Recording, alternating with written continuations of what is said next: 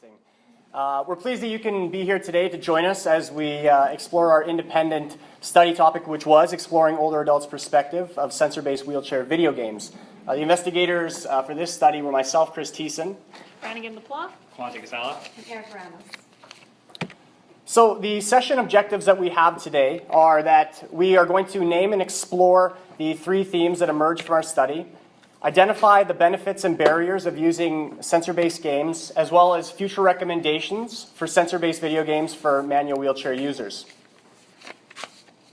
So our study focused on manual wheelchair users, and what the research is telling us is that a high prevalence of older adults are using manual wheelchairs, and this is due to mobility declines as well as comorbidities. The high prevalence of manual wheelchair users warrants a service delivery model, which, as it currently stands, involves three key areas, broadly identified as the comprehensive assessment of the physical individual, their environment, and the needs required by both. The next is the prescription of the wheelchair, and I'm sure that those of you in the seating world can assume that it's just as easy as that, the prescription, and then that's it. And the third is the wheelchair skills training. So despite the literature highlighting that the use of wheelchair training is used as a means to reduce injury, accidents, and caregiver burnout, most new manual wheelchair users receive minimal training. So the question remains, if we know that wheelchair skills training is such a crucial part of wheelchair skills service delivery, why are clinicians not able to consistently provide it?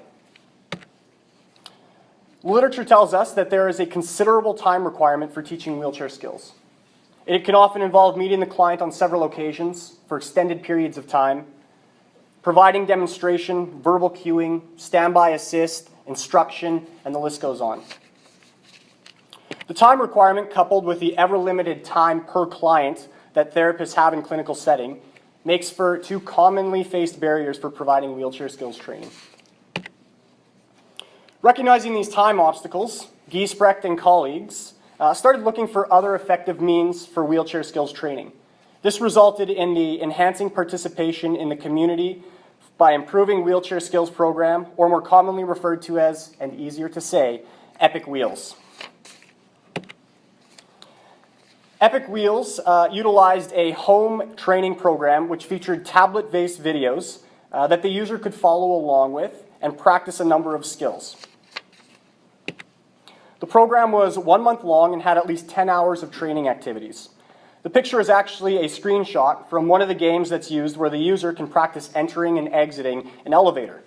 This game was actually used in our study as the non-sensor-based game. The games were non-interactive in that the actions of the player in the wheelchair had no impact on the outcome of the game. Although this was a feasibility study, the results were promising and warranted further exploration. So Epic Wheels is certainly not the only case of researchers exploring the incorporation of video game technology as a clinical tool. For example, there's been considerable amounts of research on the use of Nintendo Wii as a therapeutic modality for stroke rehab, noting improvements in functional ability, upper extremity range of motion improvements, and hand function improvements, just to name a few. A number of affective benefits have also been reported for video game rehab, such as feelings of success, achievement, increased self-esteem, and positive emotions. However, age-related changes such as declines in executive functioning, memory, attention, and processing act to impact the adults by limiting their engagement in video games due to the games not being designed to accommodate such changes. So, the study of our purpose was to identify themes related to older adults experiencing using sensor-based wheelchair video games, identify the benefits and barriers to incorporating sensor-based input into the wheelchair video games, and finally explore the clinical applications of sensor-based video games in developing manual wheelchair skills. I will now pass it off to Brannigan, who will explore the methods. So I'm going to briefly go over the methodology for our study. We used mixed method sequential exploratory design. So we basically wanted to use descriptive data that we obtained through a questionnaire, and it was collected to inform our qualitative data, which we obtained through participant interviews. This mixed methods design allowed us to utilize a variety of different forms of data in our analysis. So our inclusion criteria for our study were that our participants were required to be at least 50 or older years of age, use a manual wheelchair for a minimum of at least 1 hour each day, and have the ability to propel their wheelchair using both hands. Other considerations that we took into effect were that they were required to be able to speak and understand English well enough to converse in a verbal interview, and also sufficient vision to see the graphics on the tablet video screen.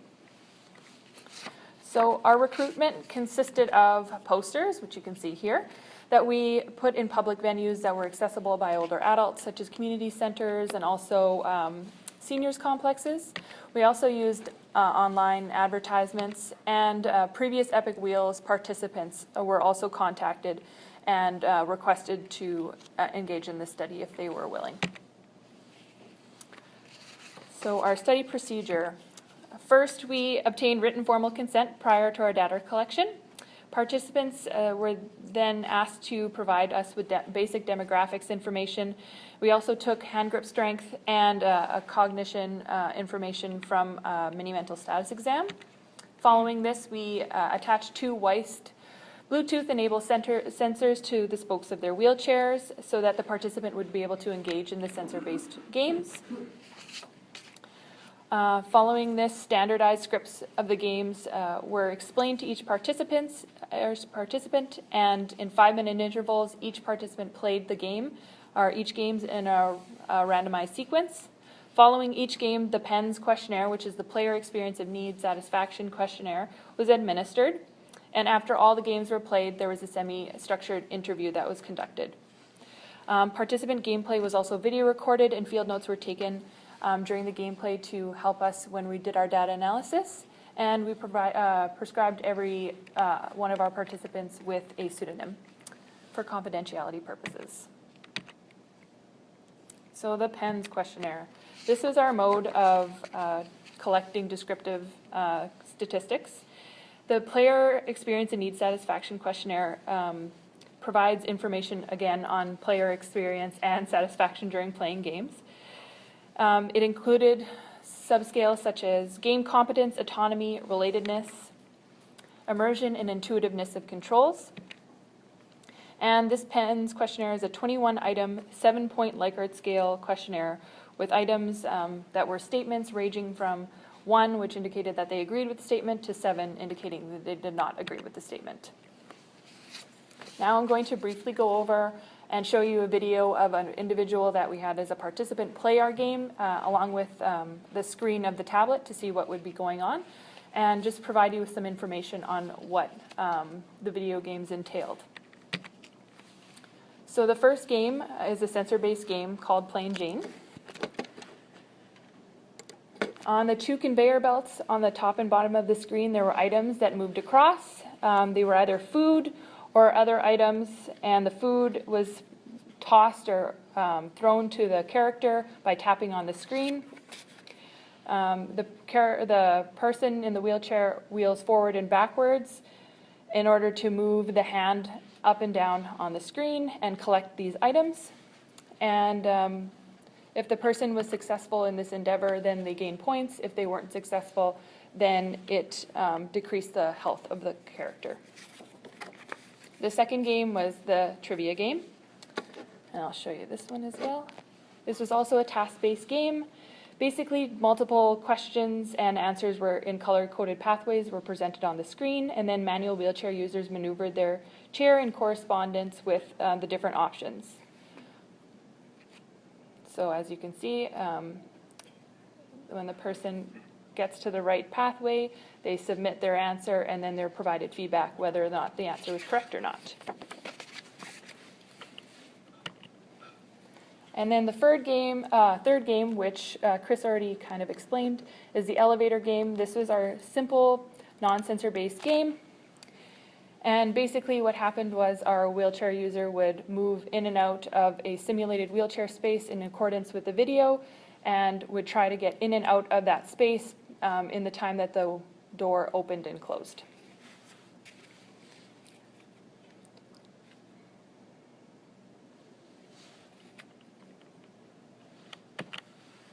All right, so our data analysis. So before going into the data we collected, I just wanted to provide you with a little bit of demographic information on our participants that were in the study. We had a total of 5 participants, 3 of which were female, 2 of which were male. We had an average age range of 52 to 77 years of age, with an average age of 64.8 years of age. The average length of time that our participants actually used their manual wheelchair or had been manual wheelchair users was 3.1 years, and as you can see, they had a variety of different diagnoses. So our quantitative data analysis, as I kind of explained before, we achieved all of our qualitative analysis through a PENS questionnaire. But basically what we did was we had the PENS questionnaire following each game. We collected this data and put it into spreadsheets for each game. And then all the data was divided into quartiles, which were then placed into a schematic box plot for the total scores. We had one participant, P2, who completed only the trivia game before withdrawing from the game, our study, and was formulaically determined to be an outlier and excluded from our data analysis. Subscale scores were also totaled and placed in schematic box plots, and data from P2 was excluded from those subscales. So now I'm going to briefly describe our box plots. So 4 participants completed the PENS questionnaire for all 3 games. P2, who only completed the trivia game before withdrawing from the study. And as you can see that based on the median score, so the line between the darker portion and the lighter portion of the box plot, indicates that although all the participants seem to have enjoyed the games, the non-sensor-based games were seen as more enjoyable overall. Or sensor-based games, sorry. Total score for our trivia and with and without the P2 participant was included to illustrate the significant change in data distribution when the outlier was included for trivia.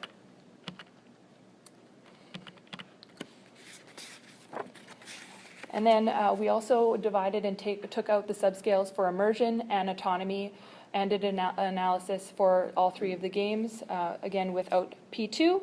And as you can see here from our median scores, the trivia and plain Jane, so our sensor-based games, were seen or perceived to be more overall immersive and provided more autonomy to our users. So now I'm going to pass it over to Kwana, who's going to provide our qualitative analysis. Okay, so qualitative analysis. So to start off, we thought it would be a good idea to take you through our journey of this process. So to begin, we based off our coding process off of Heish and Shannon's coding process. We started with having audio files, as you can see in the red. So we had audio recordings of the interviews were randomly divided among investigators and transcribed.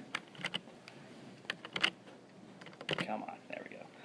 Next, the investigator was assigned to an audio file and completed the transcription process.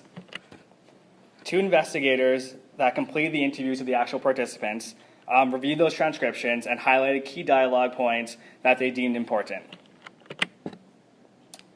The pair of investigators then came together and reviewed the transcriptions as well as the key dialogue points that they made. Those were then entered into a spreadsheet. The pair then formed axio codes by highlighting the descriptive words that captured the key concepts. So those axio codes were taken from verbatim from what the participants had spoke to. The pair then developed secondary codes based on the commonalities within the axio codes and entered those into the same spreadsheet that the key dialogue points and the axio codes are already entered into. Next, categories were developed based on secondary codes. However, the categories at this point were only based off of participant 1, 3, 4, and 5's secondary codes, as participant 2 was excluded based on what Brannigan said as they were an outlier.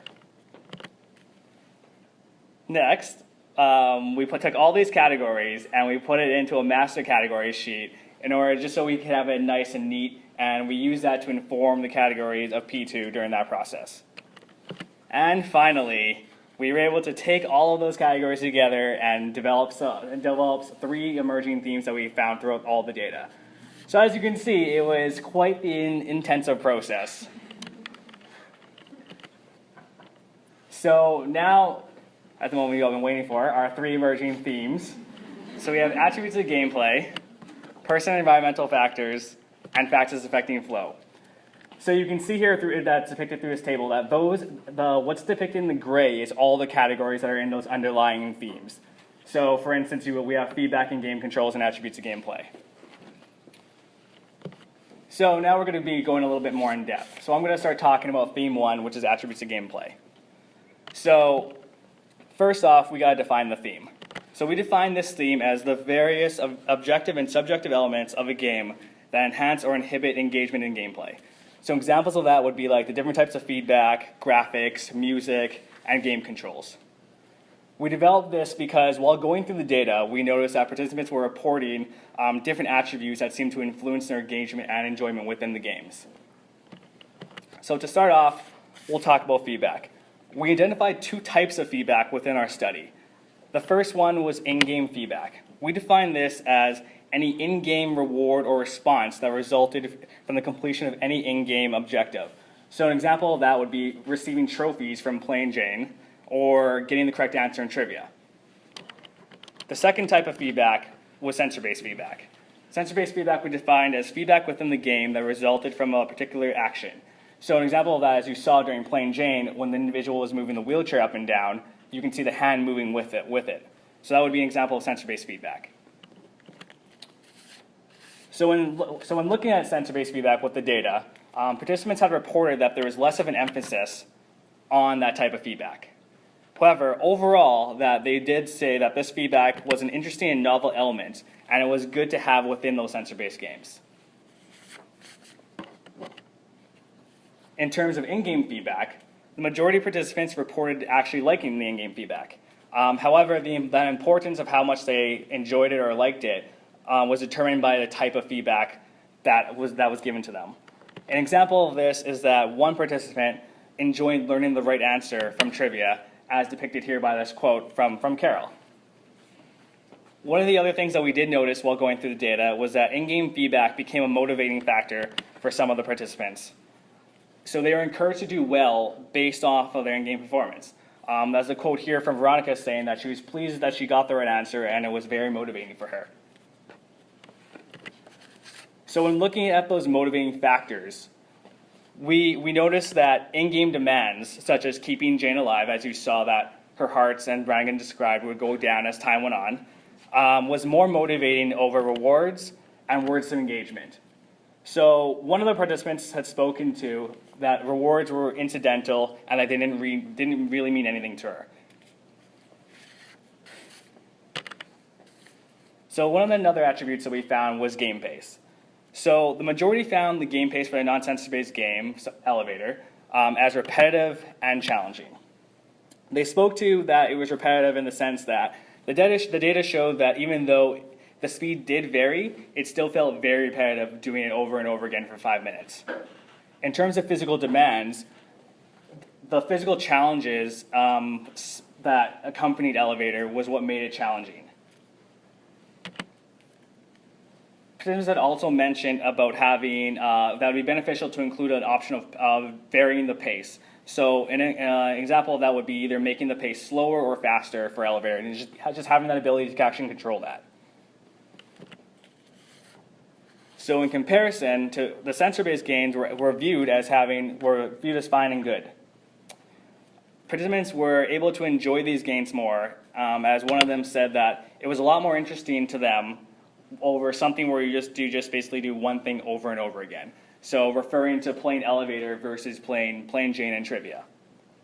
They had also mentioned that it would be more beneficial or a good idea to have a pacing option within this one too. So just kind of like Elevator, being able to speak to either slowing it down or making it faster.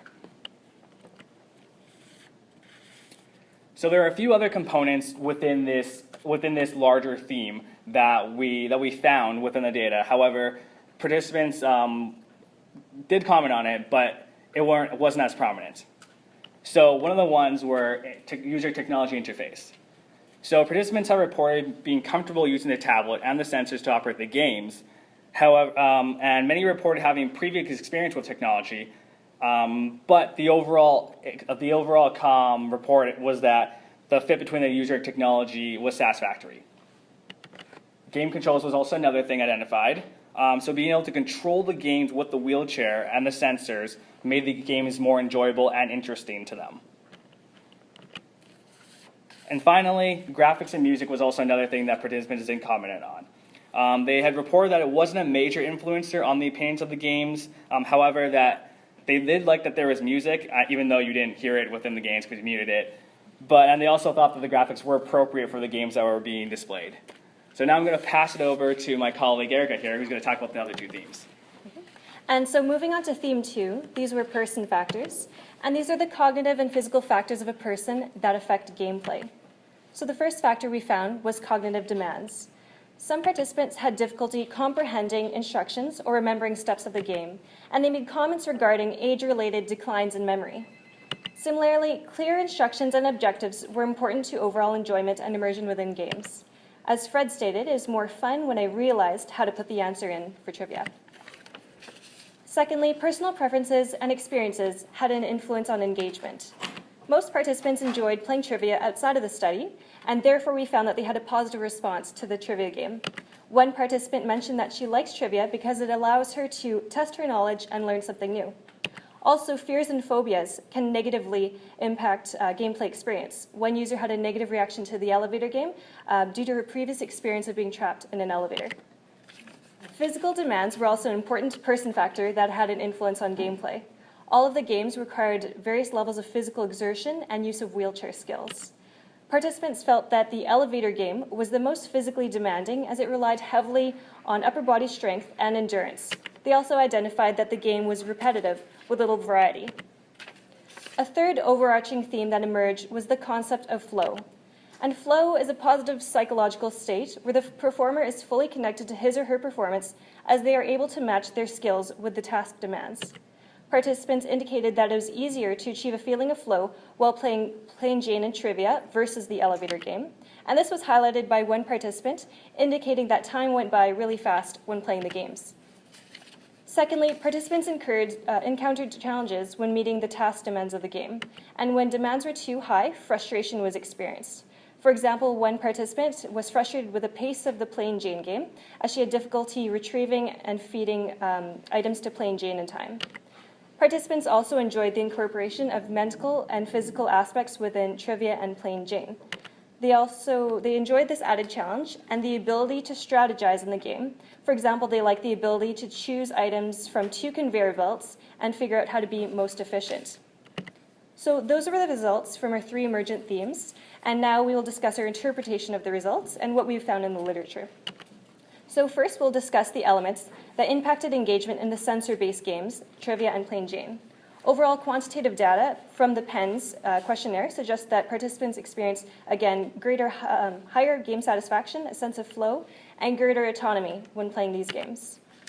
The sensor-based games incorporated more mental stimulation in comparison to the elevator game, and this made gameplay more enjoyable. Again, participants enjoyed the choice and ability to strategize in Plain Jane, and they enjoyed being able to apply their previous knowledge in the trivia game. Secondly, in terms of interactive gameplay, most participants found that using the wheelchair as a controller was a novel and engaging experience, and this is reflected in the higher PENS immersion scores for the sensor-based games. In-game feedback was identified as meaningful to improving performance. Participants in the study generally responded well to the various types of in-game feedback, although previous research suggests that rewards, such as bonuses and achievements, are a form of feedback that motivate gameplay in older adults. Participants were more motivated by game demands, such as keeping characters alive or learning answers to improve their performance. Finally, difficulty understanding controls and game objectives were perceived as a barrier to engagement. Participants reported difficulties comprehending or remembering controls, steps, or instructions of the games, which affected their overall enjoyment and immersion. For example, in Trivia, the game had a higher learning curve, and participants had difficulty remembering the multiple steps they had to execute before starting each question. For example, moving back to the starting position, pressing start, and then moving to their desired answer. And research has found that older adults may experience greater difficulty learning to play video games, as declines in memory and attention span can impact their ability to understand game rules and objectives. And our findings were consistent with the research. We found that a lack of clear goals and instruction can lead to confusion or frustration, and that this can have a negative impact on engagement. And in comparison, there are a variety of elements that impacted engagement in the non-sensor-based elevator game. A positive feature of the elevator game were that the game objectives and controls were easy to comprehend, but the variable game pace and high physical demands made the game physically difficult to play, and this affected overall enjoyment. Participants found that the repetitive movements and lack of stimulation impacted their ability to become immersed in this game, and this resulted in a lower PENS immersion score. And finally, the lack of in-game feedback and sensor-based feedback was a negative element that impacted game engagement. There was a lack of feedback around their overall performance and their ability to complete game objectives. For example, while there were auditory cues to let the participant know if the elevator is open or closed, there's nothing to indicate if they had successfully entered or exited the elevator in time. In general, participants expressed the need to alter the level of difficulty within the games.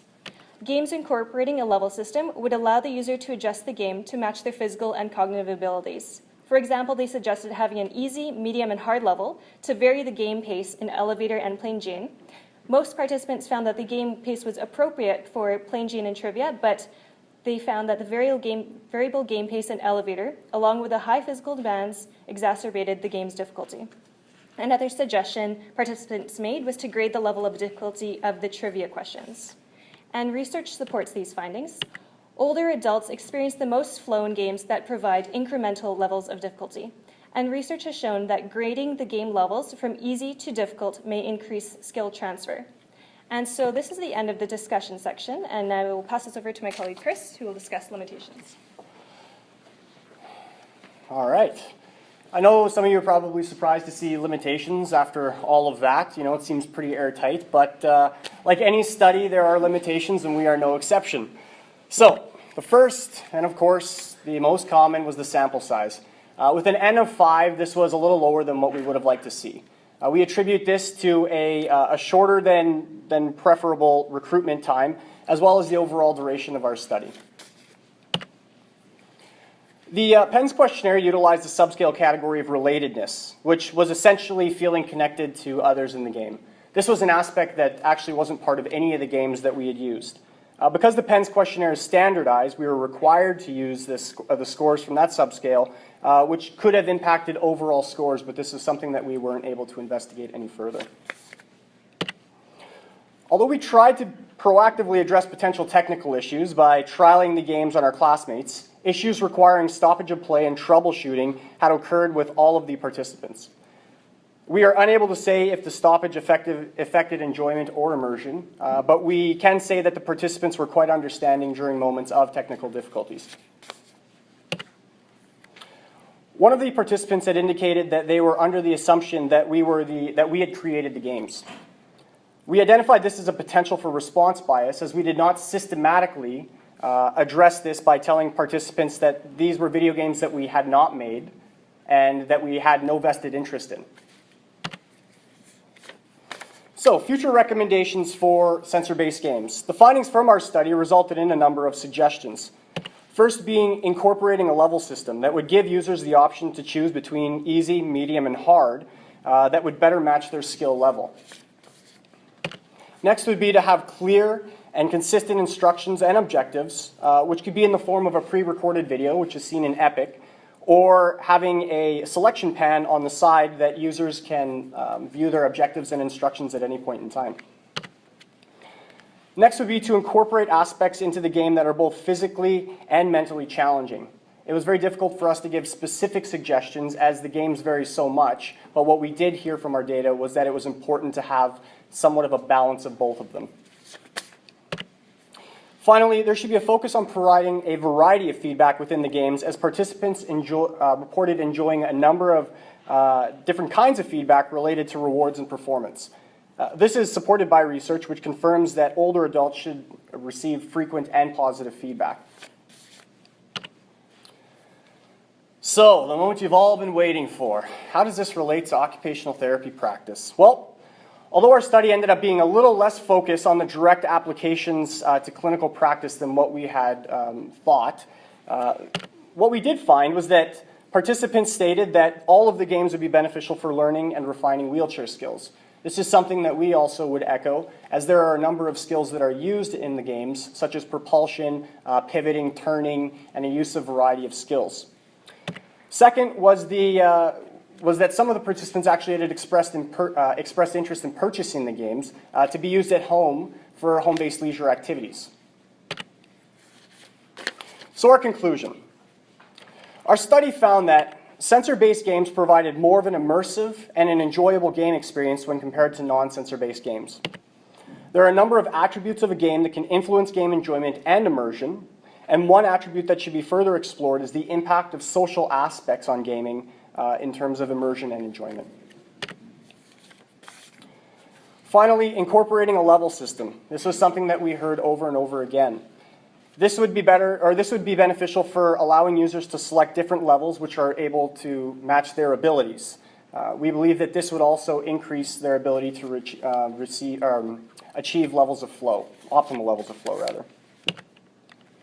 So, to review our session objectives. In this session, we have named and explored the 3 themes that emerged from our study, identified the benefits and barriers of using sensor-based games, as well as identified future recommendations for sensor-based video games for manual wheelchair users. We would like to take this time to acknowledge Ed Giesbrecht, our independent study advisor, for dedicating his time and his expertise to our study. He also provided guidance and encouragement throughout the entire process. Jackie Rapat, the independent study course coordinator. We would like to thank and acknowledge you for providing us the information and resources for learning more about research. And I know we grumbled during the time, we are very thankful for it now. The study participants, who unfortunately couldn't join us today, but without them, obviously this doesn't happen. And finally, all of you who came out today to listen to us and to support us. Thank you very much.